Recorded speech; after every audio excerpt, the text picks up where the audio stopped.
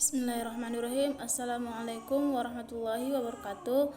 Nama saya Ermina Sari Sipahutar, NPM 19060001, Prodi Pendidikan Sejarah, semester 4, mata kuliah Sejarah Indonesia Masa Kolonial.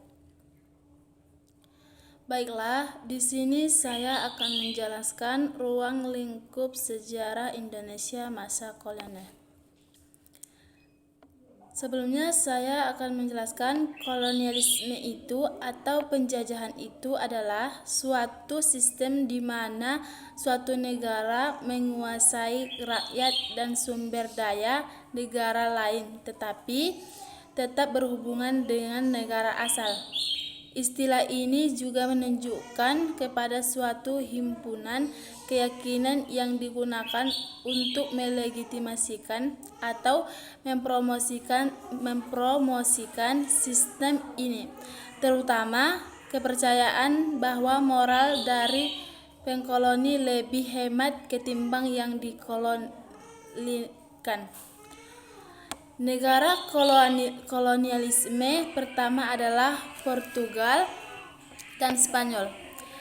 Negara tersukses dari kolonialisme adalah Britania. Pendukung dari kolonialisme berpendapat bahwa hukum kolonial menguntungkan negara yang dikolonialkan dengan mengembangkan struktur ekonomi dan politik yang dibutuhkan untuk pemodernisasian dan demokrasi. Zaman Indonesia atau pada masa penjajahan Indonesia tidak langsung dimulai ketika orang-orang Belanda pertama kali menginjakkan kaki di Nusantara. Pada akhir abad ke-16, sebaliknya proses penjajahan oleh bangsa Belanda merupakan proses dan berlangsungnya selama beberapa abad sebelum mencapai batas-batas wilayah Indonesia seperti yang ada pada masa sekarang. Selama abad ke-18 menetapkan diri sebagai kekuatan ekonomi dan politik di Pulau Jawa setelah runtuhnya Kesultanan Mataram. Kekuatan utama di perdagangan Asia sejak awal 1600-an, tetapi pada abad ke-18 mulai mengembangkan minat untuk campur tangan dalam politik pribumi di Pulau Jawa demi meningkatkan kekuasaan pada ekonomi lokal. Namun korupsi manajemen yang buruk dan persaingan ketat dari Inggris mengakibatkan runtuhnya VOS menjelang akhir abad ke-18. Pada tahun 1796 akhirnya bangkrut dan kemudian dinasionalisasikan oleh pemerintah Belanda.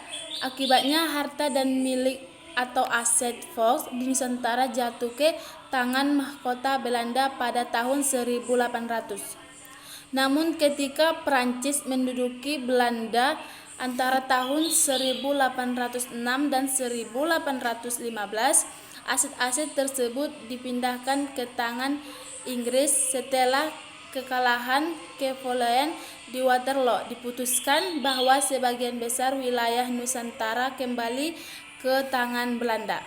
Dan di sini juga saya akan menjelaskan prodi kolonisasi Portugis di Nusantara. Prodi 1511 sampai 1526, selama 15 tahun, Nusantara menjadi pelabuhan maritim penting bagi kerajaan Portugis yang secara reguler menjadi rute maritim untuk menuju Pulau Sumatera, Jawa, Banda, dan Maluku. Pada tahun 1511, Portugis mengalahkan kerajaan Maluku.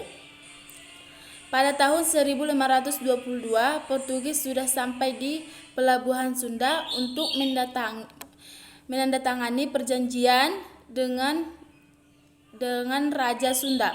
Perjanjian dengan Raja Sunda tersebut dilakukan pada tanggal 21 Agustus 1522.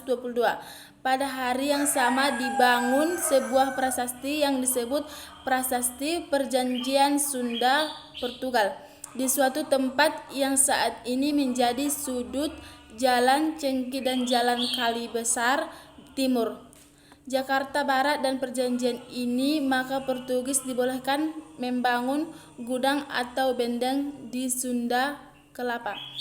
Baiklah, mungkin sampai di sini yang dapat saya sampaikan. Kurang dan lebihnya saya mohon maaf kepada Allah. Saya mohon ampun. Wabillahi taufiq wal hidayah. Wassalamualaikum warahmatullahi wabarakatuh.